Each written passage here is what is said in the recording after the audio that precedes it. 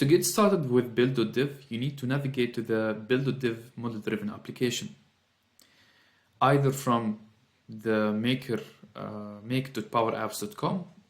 You see here, you navigate to apps and you see all the list of your apps here, and then you will see byld.div as an application, and just click on it and it will start this application to you.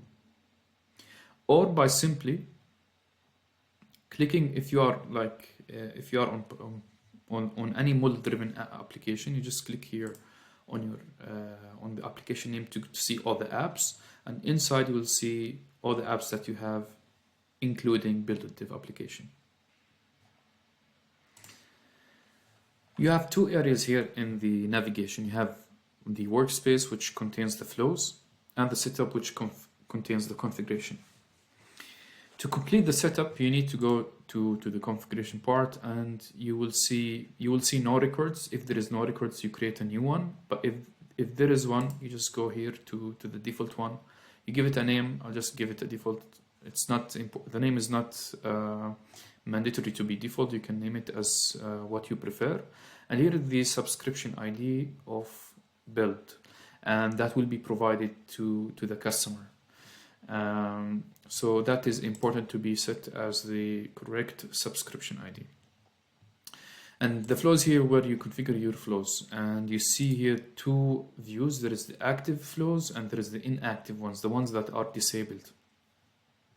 The ones in the active byld flows view, you see here, you're able to see the published flows, but it has some pending updates that needs to be published for some other flows, and the draft ones where it's not yet published.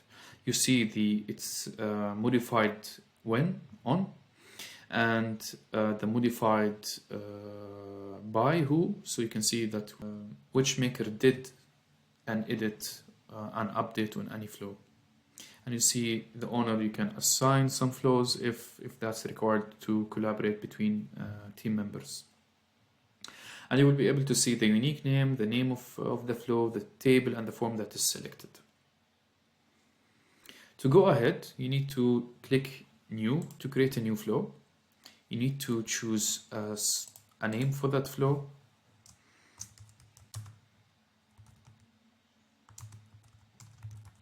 You need to give it a unique name.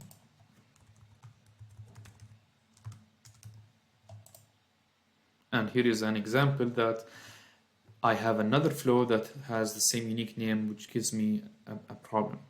There's also, you're not able to select some some reserved words, such as function as an example. So function you cannot use. However, I just for the demo, I can click demo, I can type demo, and that's a valid demo unique name for my flow. Here the table list that you have in your environment, and you can scroll, or you can just simply search. Either you can search by the display name of that table. In here I can select case. Once you select a case, once you select a table, you're able to go to the form, and you can see that it filters out to display only the editable forms for that table. And I can see that the main forms and the quick create forms are enabled to be edited.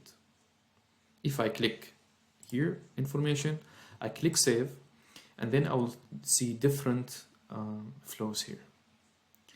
First, when you click on edit, you will see the UI of the flow where you configure the triggers and all the steps related.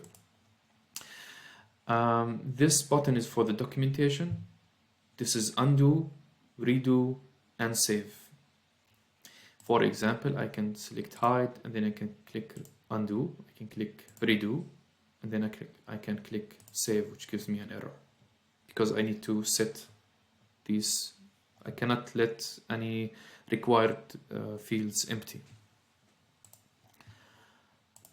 I'll click edit here. I can duplicate a flow, step, sorry. So I can click here, it will give me a duplication. I can type Ctrl Z for undo, or Control Y for redo as well. It will work.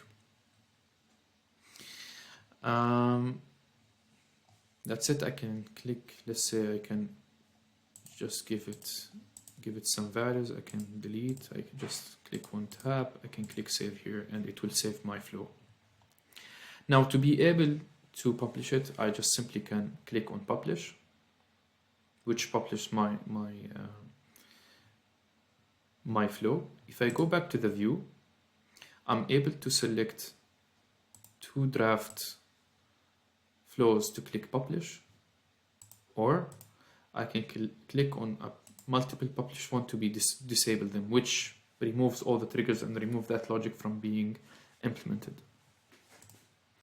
Now if I click, if I go to a pending one, a pending flow that is published, however it was edited after, and there is certain configurations that hasn't been published yet, and here you will see the update button. In all flows also you see the duplicate button, so you can just like click duplicate and it will just, you can it will create a copy of your flow, and here it will ask you if you want to navigate to the copy or not, and in here I will say navigate, and you will see that it takes the same copy of your flow name, and then here you see the unique name is empty because you need to choose a new one. I choose the same table, and here I will give it a testing duplicate as a unique name, and I'll give it here, I'll click edit, and here I will see everything was copied and from my previous flow. I can make some edits, I can remove a step, I can drag something up here, I can just keep configuring the flow, change the trigger. As an example, if I want to have a different flow that triggers on save instead of on load, that has different configurations, I can do all of that and then click save. Here I see that there is a problem in my flow, so I need to go to these and for example here I have something is empty. If I click again, I will see that it doesn't have a problem anymore. That's it for getting started with byld flows.